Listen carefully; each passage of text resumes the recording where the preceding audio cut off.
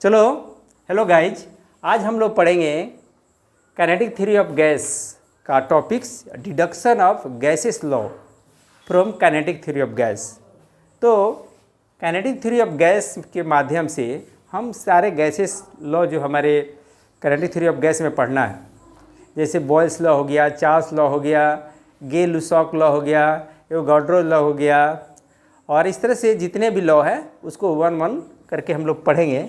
तो चलिए पहले लॉ को समझना ज़रूरी होता है। पहले लॉ समझिएगा तभी ना आपको मालूम होगा कि हमको क्या निकालना है। तो बॉयल्स लॉ क्या है, मैं पिछला वीडियो में आपको एक वीडियो बनाया था। ये बहुत सारे लॉ जो होते हैं काइनेटिक थ्योरी ऑफ गैस के में जितने भी लॉ शामिल है उसको मैं इंट्रोडक्शन दिया था, उसका एक्सप्रेशन निकाला था, उसका अनदर मटेरियल, अनदर जो पैरामीटर है, अनदर वेरिएबल के साथ उसका क्या रिलेशन है वो निकाला था। तो यहाँ पर हमारा है पढ़ना है, जितने गैस लॉ हमको जानना है, पढ़ना है, उसको डिडक्शन करेंगे किसके आधार पर, काइनेटिक थ्योरी ऑफ गैस के आधार पर। तो चलिए पहला है बॉयल्स लॉ। तो बॉयल्स लॉ क्या है इसको तो जानना जरूरी है, तब ना इसका हम डिडक्शन करेंगे काइनेटिक थ्योरी ऑफ गैस के। और काइनेटिक थ्योरी ऑफ गैस का एक्सप्रेशन क्या है, जिसमें हमको दिया रहेगा pressure exerted by a gas in a container. जिस कंटेनर में हम गैस को रखेंगे क्लोज कंटेनर में, तो उसके वाल पर वो प्रेशर लगाता है। उस प्रेशर का एक्सप्रेशन क्या है वॉल्यूम के टर्म में, और उसका kinetic average kinetic energy of the molecules के टर्म में, यानी उसको बोलेंगे दूसरे टर्म में ये रूट मीन स्क्वायर वेलोसिटी के टर्म में। तो निकाल हमारा एक्सप्रेशन रहेगा। तो चलिए पढ़ते हैं, पहले समझने की कोशिश करते हैं बॉयल्स लॉ क्या है। तो किसी भी गैस के स्टेट को एक्सप्लेन करने के लिए, डिस्क्राइब करने के लिए तीन पैरामीटर है, तीन वेरिएबल है। क्या है, तो वॉल्यूम, प्रेशर, टेम्परेचर। तो हमारा तीन पैरामीटर है क्या क्या, इसको जान लेते हैं पहले अलग से। ये प्रेशर, वॉल्यूम, टेम्परेचर, इसमें क्या है ना, वन को कांस्टेंट रखेंगे, वन को किसी एक को कांस्टेंट रखेंगे और बाकी दो का रिलेशन निकालेंगे। ठीक है, तो चलिए वन, अब अलग अलग नियम में अलग अलग पैरामीटर कांस्टेंट रहता है, तो उसको जानने की कोशिश करते हैं। अब बॉयल्स लॉ में क्या है, तो इसमें टेम्परेचर कांस्टेंट क्या रहता है, टेम्परेचर रहता है कांस्टेंट, यहाँ टेम्परेचर रहता है, और पी और वी का रिलेशन रहता है। Temperature relation between pressure and volume. तो हम कोई चीज़ को समझ के याद रखेंगे तो हमारे दिमाग में वो टिका रहेगा। अब क्या है ना, प्रेशर और वॉल्यूम में क्या रिलेशन हो सकता है, अब समझ लीजिए। इसको थोड़ा सा लॉजिकली भी जानते हैं कि क्या रिलेशन होगा। अब क्या है ना, अब ये पिस्टन है, इसमें गैस इनक्लोज किया हुआ, किसी सिस्टम में एक पिस्टन है, एक सिलेंडर है। यदि हम पिस्टन का प्रेशर बढ़ाकर इसके वॉल्यूम को छोटा कर दिया, इसके वॉल्यूम को घटा दिया, छोटा वॉल्यूम कर दिया, तो अंदर का भी प्रेशर क्या होगा, बढ़ेगा। यानी वॉल्यूम छोटा होगा तो इंटरनल प्रेशर क्या होगा, हमको बाहरी प्रेशर से नहीं लेना देना है, अंदर का प्रेशर से लेना देना है। तो क्या है ना, जैसे ही हम पिस्टन को दबाएंगे तो वॉल्यूम घट जाएगा, छोटा हो जाएगा, लेकिन इसके अंदर का प्रेशर क्या होगा, बढ़ जाएगा। यानी वॉल्यूम छोटा होना, प्रेशर इंक्रीज होना। यानी पी और वी में एक ऐसा रिलेशन है, तो इन्वर्स रिलेशन है, इन्वर्स प्रोपोर्शनल होता है। तो यहाँ पर आपको बॉयल्स लॉ बोलता है जब टेम्परेचर कांस्टेंट होता है तो पी और वी में क्या होता है, P is inversely proportional to volume, P is inversely proportional to volume. ये हमारा क्या हुआ, बॉयल्स लॉ हो गया। तो इसको वर्ड में दीजिएगा, for given mass of gas, given mass of a gas. अब इसको वर्ड में लिखना है तो लिख सकते हो। तो द प्रेशर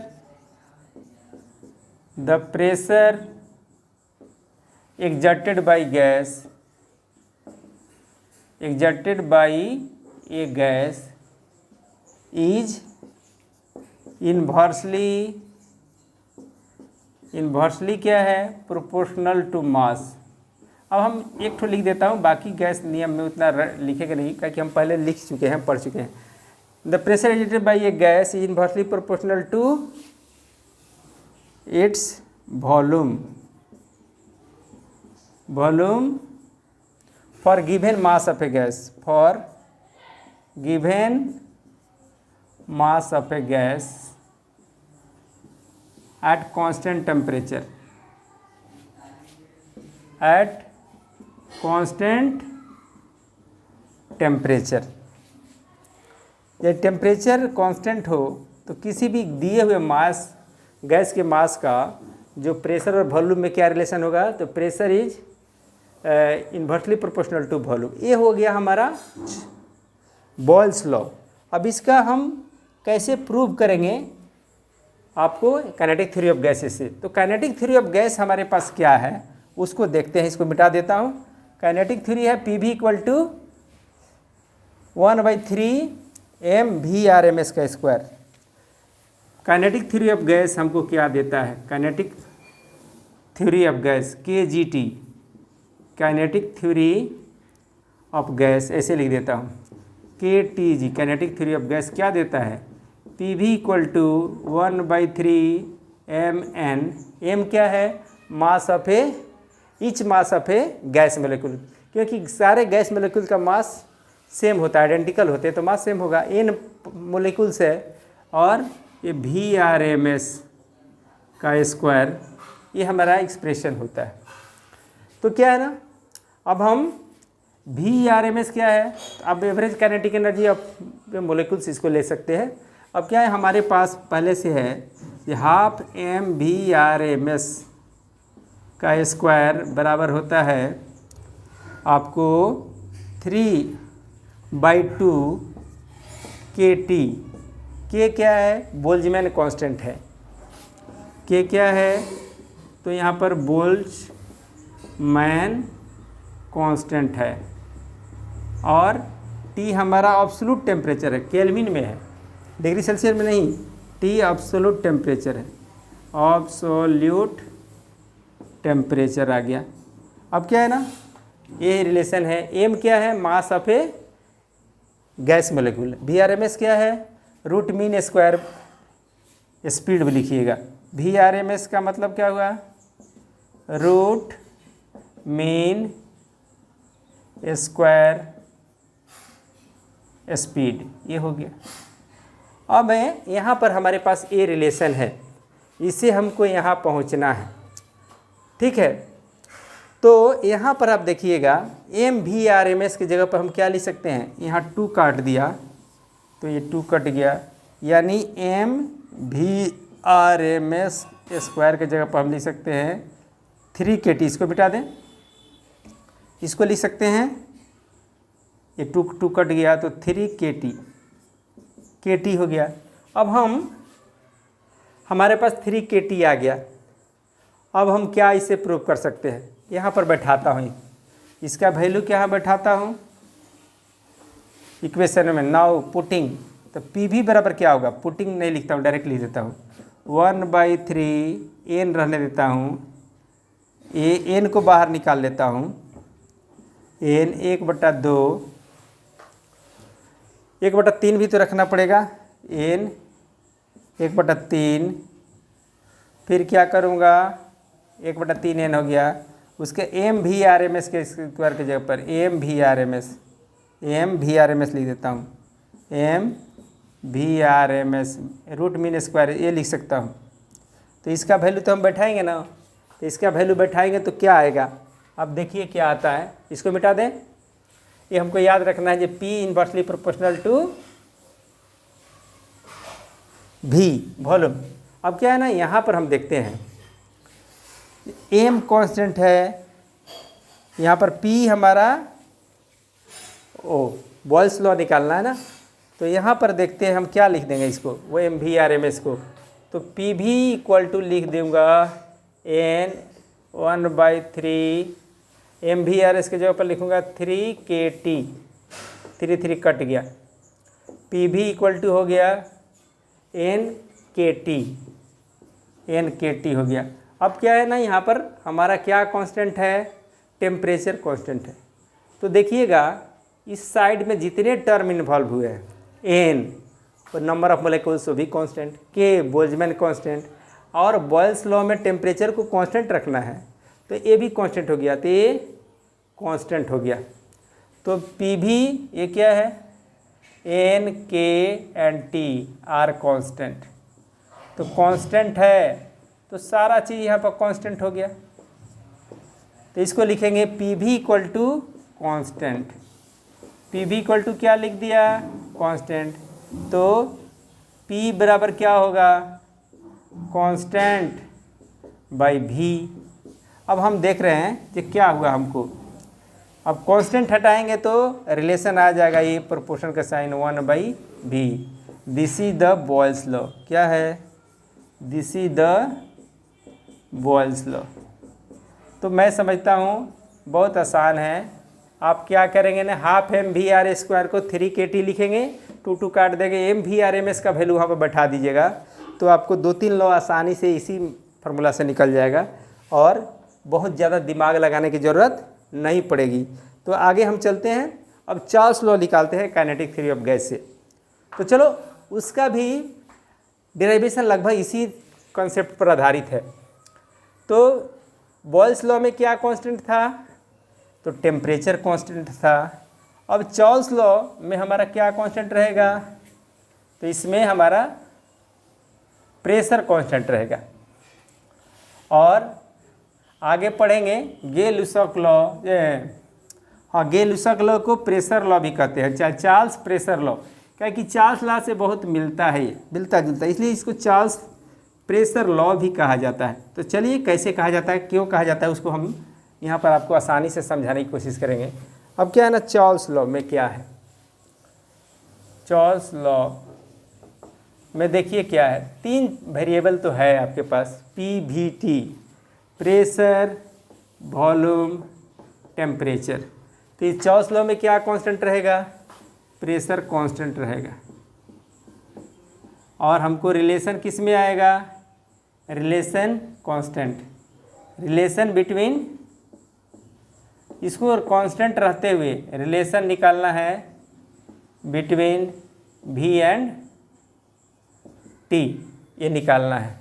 तो वॉल्यूम और टेम्परेचर का क्या रिलेशन हो सकता है, आप समझिए।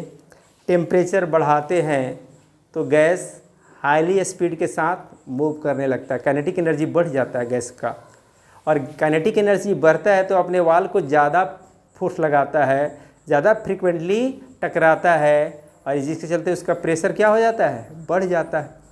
तो सॉरी, उसकी वॉल्यूम क्या हो जाती है, बढ़ जाती है। तो आप देखेंगे टेम्परेचर बढ़ेगा तो वॉल्यूम बढ़ेगा। तो भी और तो यहाँ पर कांस्टेंट क्या रहेगा, तो आप इसको डिस्क्राइब करना चाहते हैं तो एट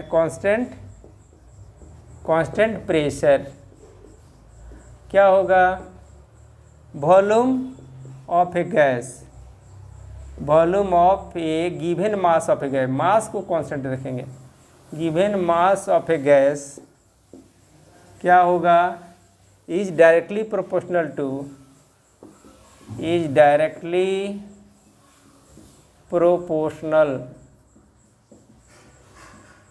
टू इट्स टेम्परेचर। जितना उसका टेम्परेचर होगा उसी के हिसाब से वॉल्यूम बढ़ेगा। टेम्परेचर ज़्यादा तो वॉल्यूम ज़्यादा, टेम्परेचर कम तो वॉल्यूम कम।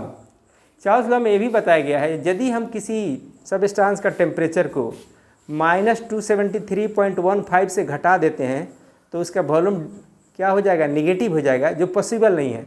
इसलिए कहा गया है जब मिनिमम टेम्परेचर हमारा 273.15 डिग्री सेल्सियस को मान के चलते हैं, मिनिमम टेम्परेचर जिस पर वॉल्यूम हमारा 0 हो जाता है।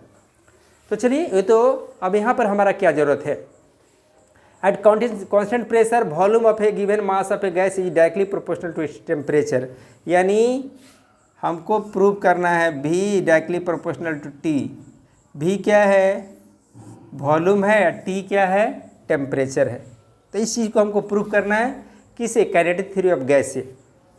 अब काइनेटिक थ्योरी ऑफ गैस, अब from kinetic theory of gas से हमको क्या मिलता है एक्सप्रेशन, तो देखिएगा PV equal to 1/3 mn VRMS का square, root mean square velocity का स्क्वायर होता है। और हमको ये रिलेशन यहाँ पर प्रेशर कांस्टेंट है, तो हमारा काम रहेगा MVRMS का स्क्वायर बराबर क्या होता है, आपको होता है, देखिए हाफ mv/ms का स्क्वायर होता है 3/2 kT। तो 2 कट गया तो आपको हो गया 3 kT। 3 kT के है बोल्ट्जमैन कांस्टेंट, टी है टेम्परेचर, एब्सोल्यूट टेम्परेचर यहाँ पर लेते हैं। तो क्या है ना, यहाँ पर लगा देता हूँ mv/s PV 1/3N mv/ms का स्क्वायर। इसको यदि आप वैल्यू बैठाइएगा तो क्या आएगा, 3 kT आएगा। PV इक्वल टू क्या हुआ 1/3N, ये तो कांस्टेंट है, इसको लिखेंगे 3 kT, कट गया। तो देखिए यहाँ पर हमको यहाँ पहुँचना है V directly proportional to T। तो थोड़ा ऊपर का चीज़ मिटा देता हूँ और फिर इसको आसानी वाला चीज़ हम मिटा देता हूँ। अब फिर वहाँ से इस रिलेशन को फाइंड आउट करना है हमको।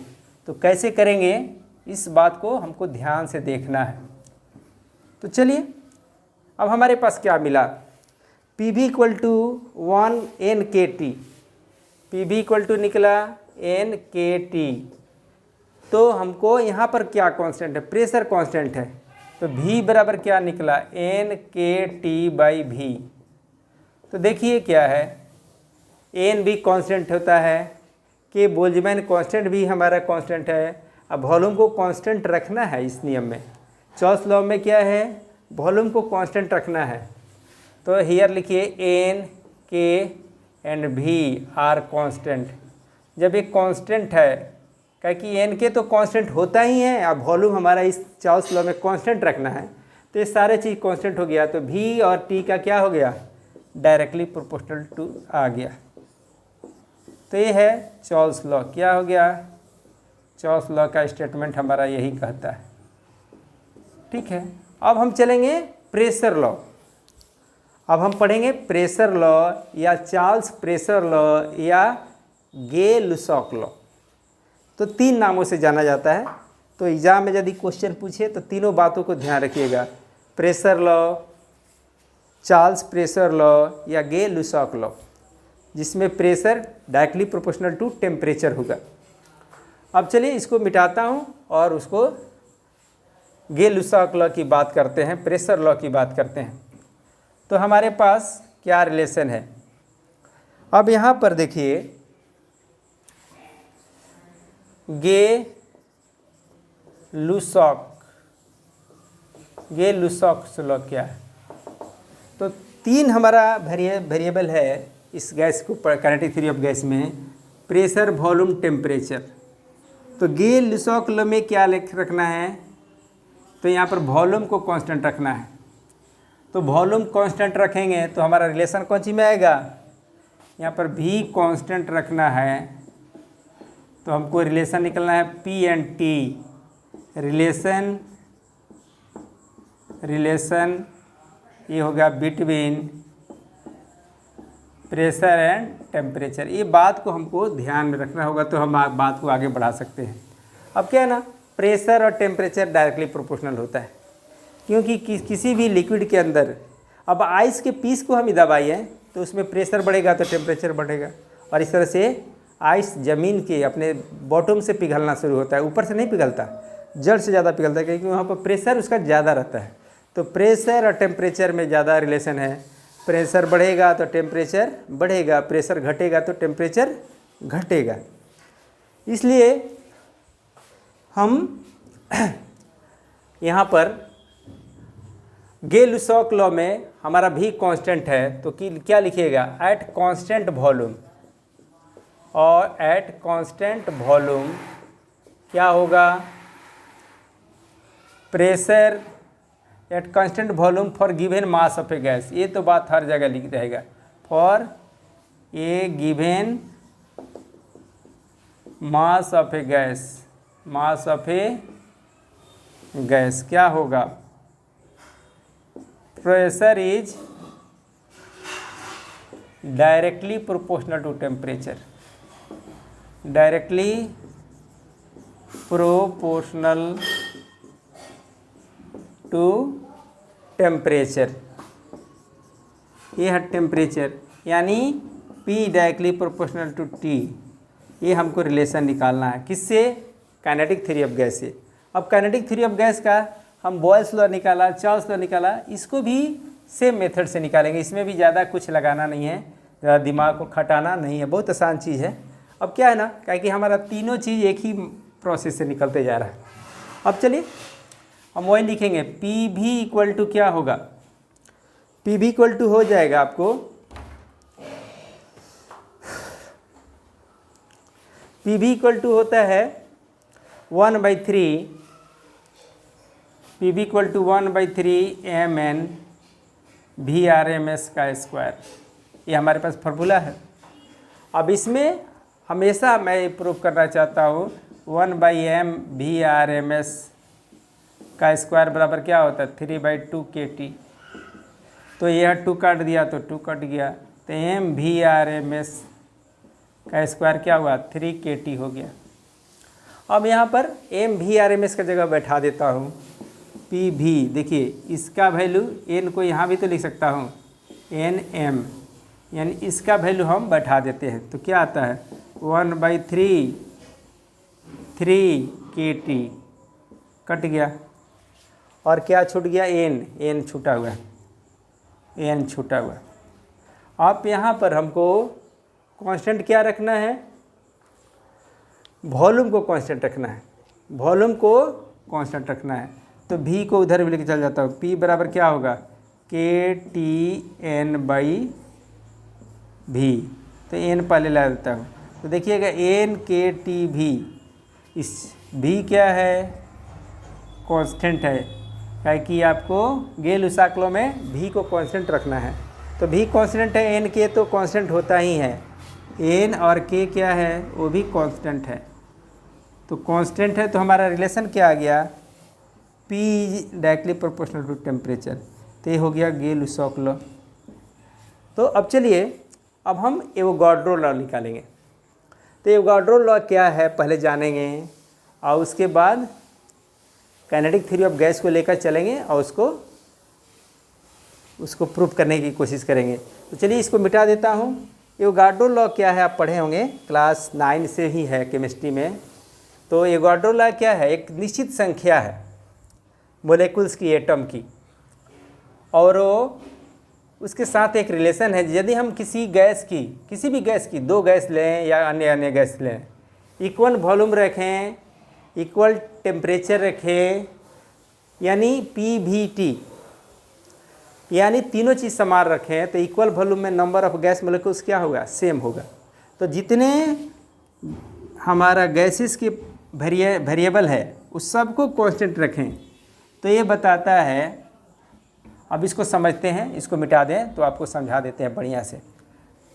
अब क्या है ना, जो 2 कंटेनर लिया, एक कंटेनर लिया, ए है, कंटेनर का नाम देता हूँ ए, और एक कंटेनर का नाम देता हूँ बी। चलिए इसमें नंबर ऑफ मोलेकुल्स को Na मान लीजिए, इसमें नंबर ऑफ मोलेकुल्स को बी मान लीजिए, बी है कंटेनर। अब क्या है ना, इसकी वॉल्यूम को Va मान लीजिए, इसकी वॉल्यूम को Vb मान लीजिए, इसके अंदर का प्रेशर को Pa मानिए, ऐसा है, इसको Pb मानिए, इसके टेम्परेचर को Tb मानिए, और इसके टेम्परेचर को Ta मानिए। ये हमारा सिस्टम है, ये भी सिस्टम है। अब क्या है ना, दोनों में क्या है, एवोगाड्रो ने बताया कि यदि दो गैस समान वॉल्यूम में, समान प्रेशर और समान टेम्परेचर के साथ इनक्लोज है, तो उसमें नंबर ऑफ मोलेकुल्स क्या होगा, सेम होगा। तो क्या है ना, eight constant pressure, constant pressure, volume and temperature, the different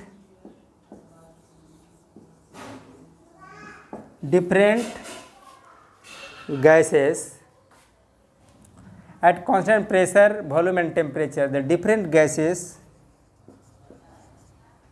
has same number of different gases have same number of molecules, उसमें सेम नंबर ऑफ मोलेकुल्स होगा।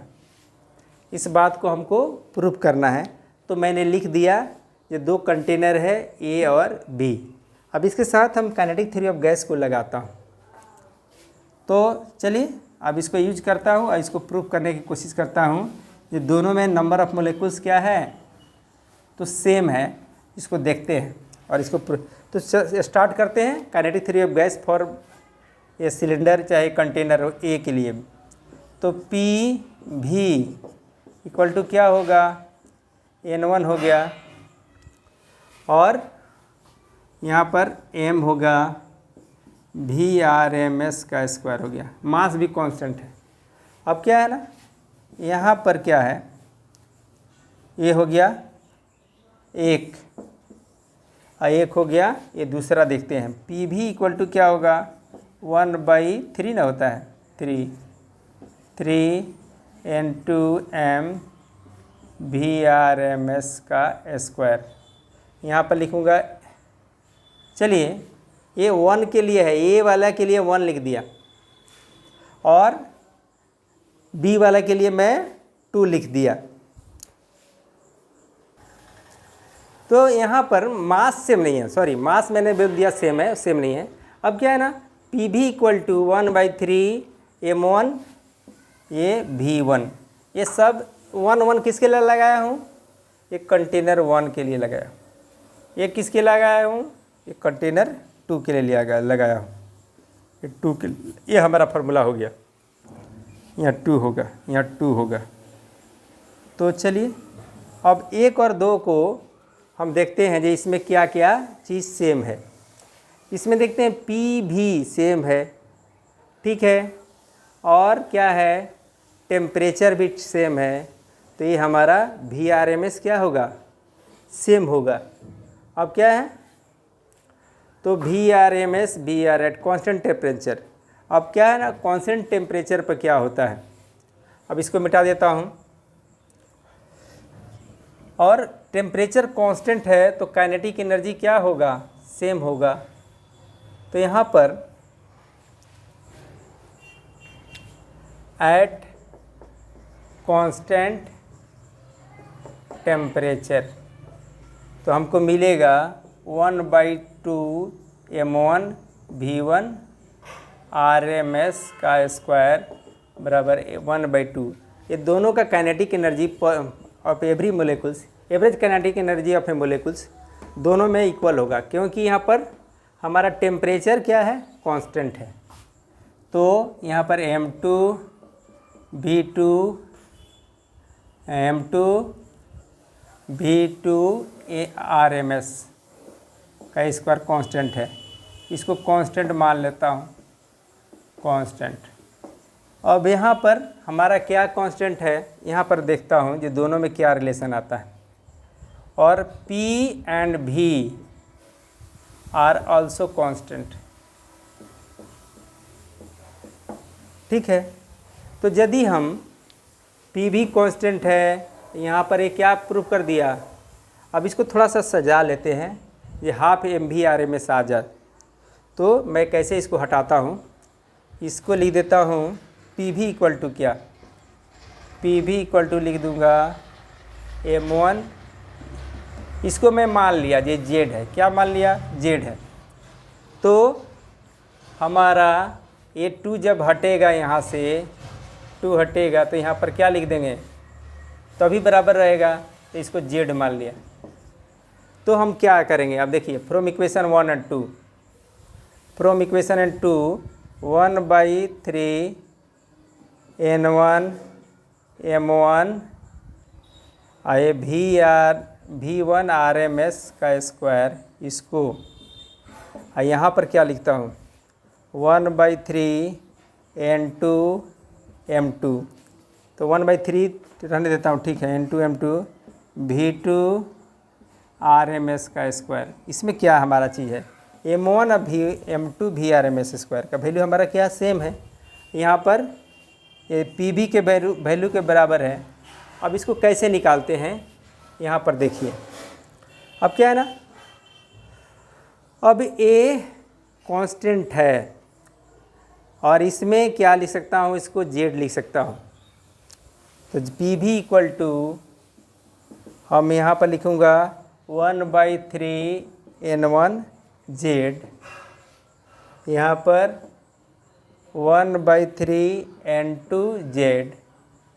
अब क्या है ना, Z को काट दिया तो हमारा यहाँ पर PV तो कांस्टेंट है ही, PV कांस्टेंट है दोनों में, टेम्परेचर भी कांस्टेंट है। तो PV कांस्टेंट है, ये भी कांस्टेंट है, तो ये दोनों वैल्यू क्या होगा, बराबर होगा।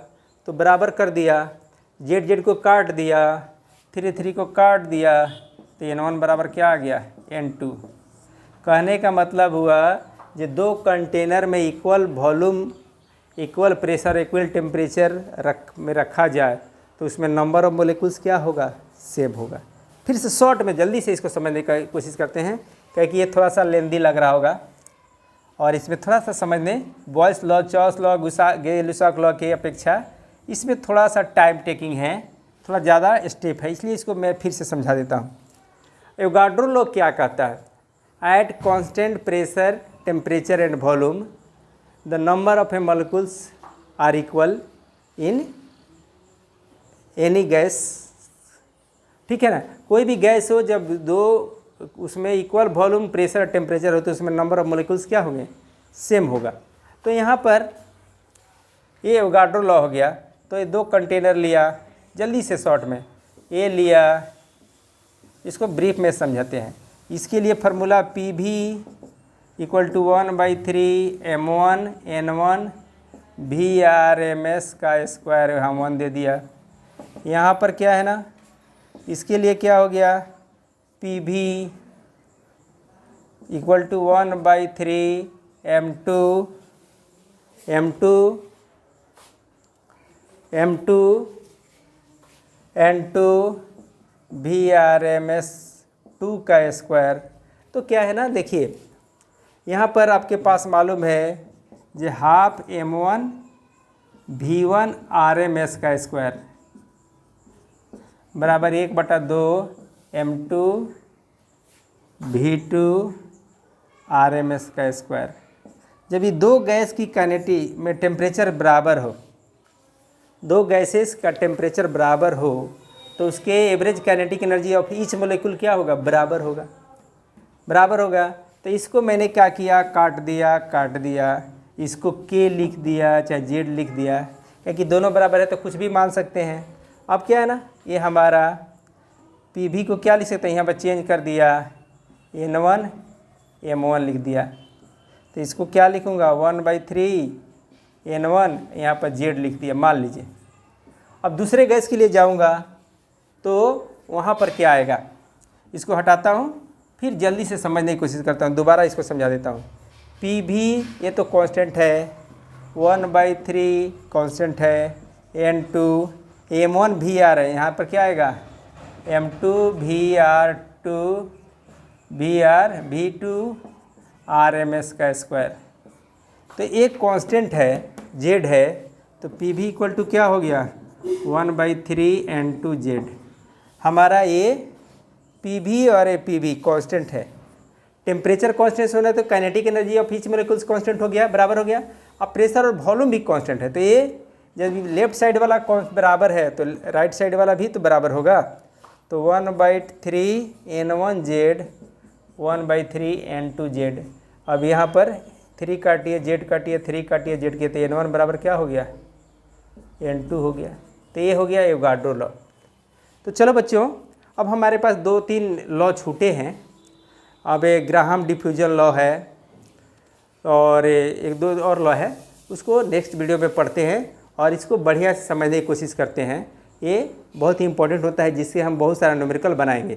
तो चलो, मैं समझता हूँ जो मैं जितने भी लॉ फिजिक्स का, जो बॉयल्स लॉ है, चार्ल्स लॉ है, गे-लुसाक लॉ है, एवोगाड्रो लॉ है, इसको बहुत बढ़िया से आपको समझाने की कोशिश किया हूँ। आपको समझ में आ गया होगा, या समझ में आ जाएगा तो हमारे वीडियो को लाइक कीजिए, सब्सक्राइब कीजिए और इससे लाभ उठाइए। Thank you.